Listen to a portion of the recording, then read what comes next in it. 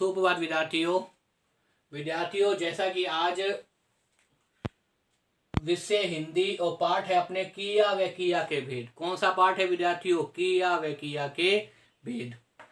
विद्यार्थियों, ये जो पाठ है वो आपके किसका पाठ है भाई? व्याकरण का। किसका पाठ है विद्यार्थियों? व्याकरण का।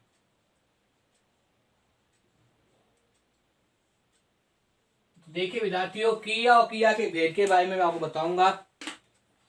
विद्यार्थियों, जैसा कि आपको पता है कि मेरे द्वारा हिंदी बहुत ही सरल और बहुत ही अच्छे तरीके से आपको बताई जाती है, और मुझे उम्मीद है विद्यार्थियों आप लोग भी साथ साथ में वीडियो देखे होंगे, आपको जो है वो याद हुआ होगा।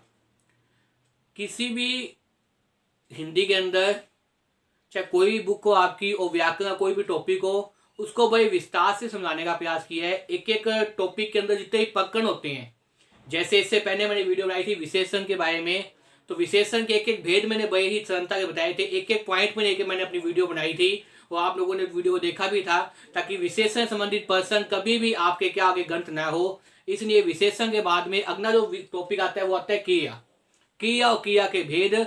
उससे संबंधित एक वीडियो मैं आपको बना रहा हूँ विद्यार्थियों, और यहाँ भी मैं एक एक भेद को बड़े ही आराम से समझाऊंगा। तो विद्यार्थियों, मुझे उम्मीद है कि आप वीडियो देख रहे होंगे, आपको समझ में आया होगा। विद्यार्थियों, व्याकरण के अंदर जितनी बार आप वीडियो देखेंगे उतनी बार जो आपके कंसेप्ट क्लियर होंगे। एक बार अगर आपके कंसेप्ट क्लियर हो जाएंगे, उसके बाद आप कभी भी पेपर में पर्सन गलत नहीं करेंगे। तो देखिए विद्यार्थियों, किया व किया के भेद। विद्यार्थियों, अगर मेरे द्वारा बनाई हुई वीडियो आपको पसंद आए तो लाइक कीजिए, शेयर कीजिए, कमेंट अवश्य कीजिए विद्यार्थियों। तो देखिए विद्यार्थियों, किया, जैसा कि नाम से पता है, किया का मतलब क्या है? काम होने का बोध। किया का मतलब क्या है? काम करने के बारे में बताना। किया का मतलब ही क्या है? काम होना। किया का मतलब ही क्या है? काम होना। जैसे पढ़ा रहा हूं तो पढ़ाना भी क्या है? एक किया है। आप लोग पढ़ रहे हैं, एक बच्चे खेल रहे हैं, खेलना भी एक किया है, पढ़ना भी एक किया है। वो जो है वो आसमान में पक्षी उड़ रहे हैं तो उड़ना भी एक किया है। मतलब जो भी काम हम कर रहे हैं, वास्तव में देखा जाए तो वही चीज क्या होती है? किया होती है। वही चीज क्या होती है? किया होती है। तो देखिए विद्यार्थियों, किया व किया के भेद।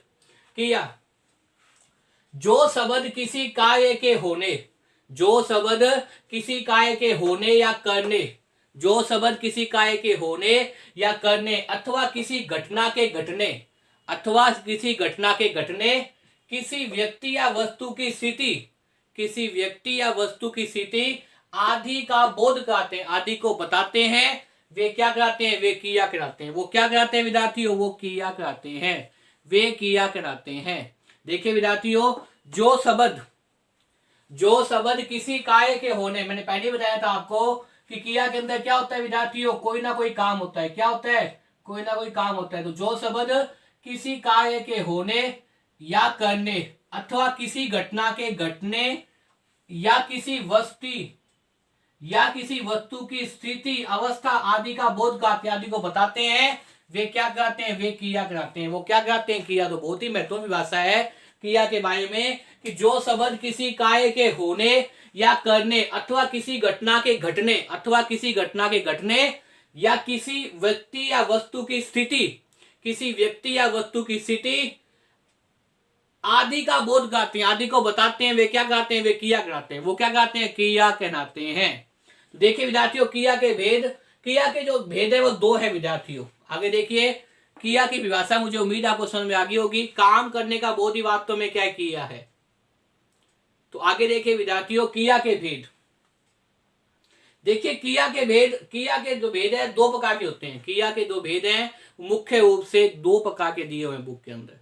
तो आपको याद रखना है किया के भेद कितने हैं? दो प्रकार के होते हैं किया के भेद। और कौन से होते हैं? एक तो क्रम के आधार पर, और दूसरा प्रयोग या संरचना के आधार पर। पहला जो भेद है वो है क्रम के आधार पर। क्रिया के दो भेद हैं, और पहला जो भेद है वो है क्रम के आधार पर। किसके आधार पर विद्यार्थियों? क्रम के आधार पर। और दूसरा जो भेद है वो किसके आधार पर है? वो है आपके सामने प्रयोग ओब्लिक संरचना के आधार पर। प्रयोग ओब्लिक संरचना के आधार पर। तो क्रिया के दो भेद है। सबसे पहला भेद कौन सा है? क्रम के आधार पर। सबसे पहला भेद कौन सा है? क्रम के आधार पर। और दूसरा भेद कौन सा है? प्रयोग या संरचना के आधार पर। प्रयोग या संरचना के आधार पर। तो क्रिया के दो भेद है, सबसे पहला क्रम के आधार पर, दूसरा प्रयोग या संरचना के आधार पर।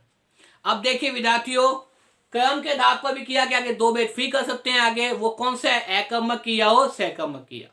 तो कर्म के आधार पर किया के पुनः आगे दो भेद कर सकते हैं। वो कौन से हैं? सकर्मक और अकर्मक। अकर्मक किया और सकर्मक किया। ये किसके आधार पर है? कर्म के आधार पर है। उसके बाद देखिए प्रयोग या संरचना के आधार पर। विद्यार्थियों, प्रयोग या संरचना के आधार पर हम 5 प्रकार से क्रिया को बांट सकते हैं। प्रयोग या संरचना के आधार पर विद्यार्थियों कितने प्रकार से? 5 भेद होते हैं। कितने भेद होते हैं? 5 भेद। साथ साथ में याद कीजिए विद्यार्थियों, क्योंकि मेरा यही उद्देश्य होता है कि वीडियो बनाने के साथ साथ जो स्टूडेंट भी वीडियो को देखे वो साथ साथ में याद करने। तो देखिए प्रयोग या संरचना के आधार पर क्रिया कितने भेद होते हैं? 5 भेद होते हैं। कितने भेद होते हैं? 5 भेद होते हैं। कौन कौन से? पहला होता है संयुक्त क्रिया। जो पहला भेद है वो कौन सा है? संयुक्त क्रिया। दूसरा कौन सा भेद है? रंजक या सहायक क्रिया। रंजक या सहायक क्रिया। रंजक बोल दीजिए या सहायक क्रिया बोल दीजिए। पहली कौन सी थी? संयुक्त क्रिया। दूसरी कौन सी है? रंजक या सहायक क्रिया।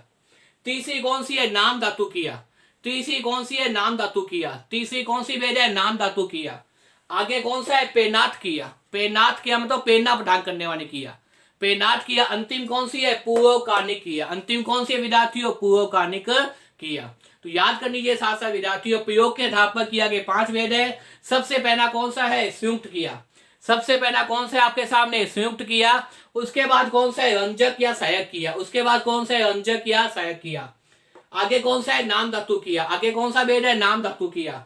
फिर कौन सा है? प्रेरणार्थक क्रिया। उसके बाद कौन सी है? प्रेरणार्थक क्रिया। अंतिम कौन सी है? पूर्वकालिक क्रिया। अंतिम कौन सी है? पूर्वकालिक क्रिया। तो विद्यार्थियों देखिए, विद्यार्थियों याद कीजिए साथ साथ में, क्रिया क्या है? क्रिया वास्तव में काम होने का बोध है। तो जब किसी भी कार्य के होने का पता चलता है, किसी भी कार्य के होने का बोध होता है, वो क्या है? क्रिया है। अब देखिए क्रिया के भेद कितने हैं? क्रिया के भेद 2 होते हैं। कौन कौन से? एक तो आपके सामने होता है कर्म के आधार पर, और दूसरा कौन सा होता है? प्रयोग या रचना के आधार पर। पहला जो भेद है वो है कर्म के आधार पर। दूसरा जो भेद है वो है प्रयोग या रचना के आधार पर। प्रयोग या रचना के आधार पर। अब देखिए विद्यार्थियों, कर्म के आधार पर जो क्रिया के भेद है वो 2 प्रकार के होते हैं। कौन कौन से? अकर्मक क्रिया और सकर्मक क्रिया। कौन कौन से? अकर्मक क्रिया और सकर्मक क्रिया। इसके बाद देखिए विद्यार्थियों, प्रयोग या संरचना के आधार पर क्रिया के 5 भेद होते हैं। सबसे पहला कौन सा होता है? संयुक्त क्रिया। उसके बाद में कौन सा है? संयुक्त क्रिया के बाद में कौन सा हो जाएगा? सहायक क्रिया, या उसे क्या बोलते हैं? रंजक क्रिया। उसके बाद में आपके सामने नाम धातु क्रिया। नाम धातु क्रिया के बाद में क्या आ जाएगा? प्रेरणार्थक क्रिया। अंतिम में कौन सा हो जाएगा? पूर्वकालिक क्रिया। तो सबसे पहले संयुक्त क्रिया, उसके बाद आपने देखा संयुक्त क्रिया के बाद में आपने देखा सहायक क्रिया। सहायक क्रिया के बाद आपने देखा आपने जो है वो नाम धातु क्रिया। नाम धातु क्रिया के बाद आपने देखा पूर्वकालिक क्रिया। पूर्वकालिक क्रिया के बाद आपने देखा, इस प्रकार से जो है क्रिया के कितने भेद हो जाएंगे? 5 भेद हो जाएंगे। तो विद्यार्थियों मुझे उम्मीद है कि इस वीडियो को देखने के बाद में आप क्रिया और क्रिया के भेद 2 प्रकार से होते हैं, कर्म के आधार पर और प्रयोग या रचना के आधार पर। उन दोनों ही प्रकार के भेदों को आप याद कर जाएंगे और क्रिया की परिभाषा भी आपको याद होगी। तो विद्यार्थियों इसके बाद जो मैं वीडियो लेके आऊंगा उसमें आपको बताऊंगा सकर्मक और अकर्मक क्रिया क्या होती है। उसके बाद में जो है वो संयुक्त क्रिया, सहायक क्रिया, आपके सामने नाम धातु क्रिया, प्रेरणार्थक क्रिया और पूर्वकालिक क्रिया की क्या परिभाषा होती है, क्या उदाहरण होते हैं, इससे लेकर मैं वीडियो बनाऊंगा विद्यार्थियों। तो विद्यार्थियों बार बार इस वीडियो को देखिए और याद करने का प्रयास कीजिए, ताकि आज आप क्रिया और क्रिया के भेद आसानी से याद कर दें। क्योंकि जैसे जैसे आपको भेद याद होंगे वैसे ही जो है उनकी परिभाषाएं भी आपको तुरंत ही याद हो जाएगी। तो देखिए विद्यार्थियों, याद करने का प्रयास कीजिए। धन्यवाद।